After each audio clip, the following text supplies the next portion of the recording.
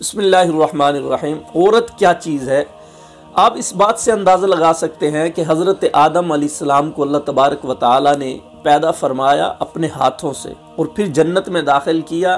اور جنت ایسی چیز کہ اس میں ہر چیز ہے، کھانے پینے کی، آرام دہ سب چیزیں مہیا ہیں، میسر ہیں اور پائی جاتی ہیں۔ لیکن حضرت آدم علیہ السلام پھر بھی اداس رہتے تھے۔ اللہ تبارک و تعالی نے اداسی کو ختم کرنے کے لیے ان کی پسلی سے ہی حضرت حوا کو پیدا کیا، اور پھر حضرت حوا اور حضرت آدم علیہ السلام کا آپس میں نکاح کیا، تو حضرت آدم علیہ السلام کی اداسی ختم ہو گئی۔ تو خود دیکھیں کہ سب نعمتیں ہیں لیکن عورت نہیں ہے تو اداس ہے حضرت آدم علیہ السلام۔ پھر آگے چلیں، سب سے پہلا جو قتل ہوا ہے دنیا کے اندر وہ عورت کی وجہ سے ہوا ہے، عورت کی وجہ سے۔ قابیل نے حابیل کو قتل کیا ہے عورت کی وجہ سے، ٹھیک ہے، ایک اصل چکر جو ہے وہ عورت کا ہی تھا۔ اور پھر آپ دیکھیں 9ویں پارے کے اندر ایک ذکر ہے اللہ والے کا، وَاتْلُ عَلَيْهِمْ نَبَأَ الَّذِي آتَيْنَاهُ آيَاتِنَا۔ اس آیت کے اندر جس آدمی کا ذکر ہے وہ پہلے اللہ والا تھا، بعد میں نہیں ہوا۔ اس کا نام تھا بلعام بن بعورہ۔ بلعام بن بعورہ ایسا اللہ والا تھا کہ جس کے لیے بھی وہ ہاتھ اٹھاتا اللہ پاک اس کی دعا قبول فرماتے تھے، مستجاب الدعوات تھا۔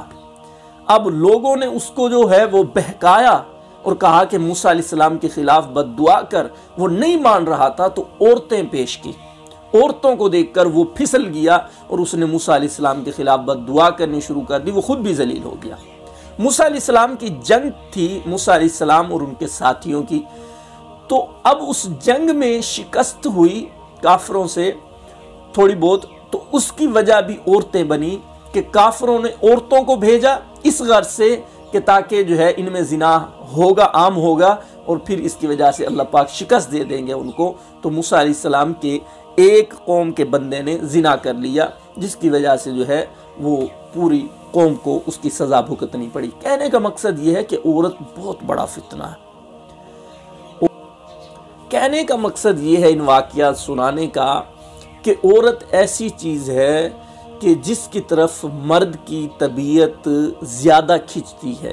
دنیا کے اندر جتنی بھی چیزیں ہیں جن کی طرف طبیعت کا میلان ہوتا ہے، طبیعت ان کی طرف کھنچتی ہے، ان میں سب سے زیادہ جو چیز ہے جس کی طرف طبیعت میل ہوتی ہے وہ عورت ہی ہے۔ عورت سے زیادہ کوئی ایسی بڑی چیز نہیں ہے جس کی طرف طبیعت کا میلان ہو۔ اس وجہ سے میں یہ ریکویسٹ کرنا چاہتا ہوں کہ پردے کو لازمی پکڑو۔ اگر دنیا لوگوں سے بچنا ہے، عزت کی نگاہ سے اگر دکھنا ہے تو پھر پردے کو لازمی پکڑو۔ اگر پردے کو لازمی نہیں پکڑو گے تو پھر اگر تم گلی سے گزر رہی ہو تو 100 بندوں میں سے 99 بندہ تمہاری طرف بری نظر سے دیکھے گا، اور پھر ہو سکتا ہے کہ ان 99 بندوں میں سے کوئی بندہ پروگرام بنائے، پلان بنائے کہ تمہیں کس طرح جو ہے وہ اغوا کرنا ہے، یہ کرنا ہے۔ خیر، یہ چیزیں ضروری ہیں پردہ، اور اسی پردے کو لے کر ہماری ایک بہن ہندوستان کے اندر اکیلی پردے کی وجہ سے اس نے کیا کام کیا ہے، جو ہے وہ ایک شعر یاد آ رہا ہے کہ میری بہن تم نے جو کام کیا ہے غیرت نے تم کو سلام کیا ہے۔ اکیلی تنہا پورے بدماشوں کا مقابلہ کر رہی ہے صرف پردے کی وجہ سے۔ میں یہ کہنا چاہتا ہوں کہ حضور اکرم صلی اللہ علیہ وسلم نے فرمایا من احیا سنتی عند فساد امتی فلہ اجر 100 شہید، جس نے میرے طریقے کو زندہ رکھا اس کے لیے 100 شہیدوں کا اجر ہے میری امت کے فساد کے وقت۔ میری بہن آپ کو 100 شہیدوں سے بھی اوپر کا ثواب مل گیا۔ اور دوسری حضور اکرم صلی اللہ علیہ وسلم کی حدیث ہے افضل الجہاد من قال کلمۃ حق عند سلطان جابر، ظالم لوگوں کے سامنے سچ بات کہہ دینا یہ سب سے بڑا جہاد ہے۔ بات سمجھ رہے ہیں؟ اس نے اللہ اکبر کے نعرے لگا کے، اور یہ جابر لوگ تھے، ظالم لوگ تھے جن کے سامنے کلمہ حق کہا۔ یقیناً یہ ہماری بہن سلام کی مستحق ہے، ہم سلام عقیدت پیش کرتے ہیں، اور اس کے لیے انڈیا کے جو مسلمان ہیں انہوں نے بھی انعام کا اعلان کیا ہے۔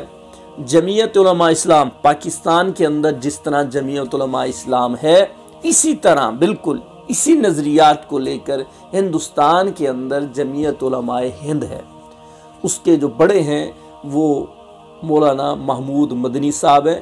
انہوں نے جمعیت علماء ہند کی طرف سے، جمعیت علماء اسلام ہند کی طرف سے انہوں نے اس بچی کے لیے 5 لاکھ روپے کا انعام کا اعلان کیا ہے، اور لوگ بھی کر رہے ہیں ماشاءاللہ۔ اللہ پاک سے دعا ہے اللہ پاک ساری بہنوں کو اسی طرح بنائے، جتنی بھی مسلمان ہماری بہنیں ہیں ان سب کے اندر یہ جرت پیدا کرے کہ وہ کٹ تو سکتی ہیں لیکن اپنی عزت پہ آنچ نہیں آنے دے سکتی۔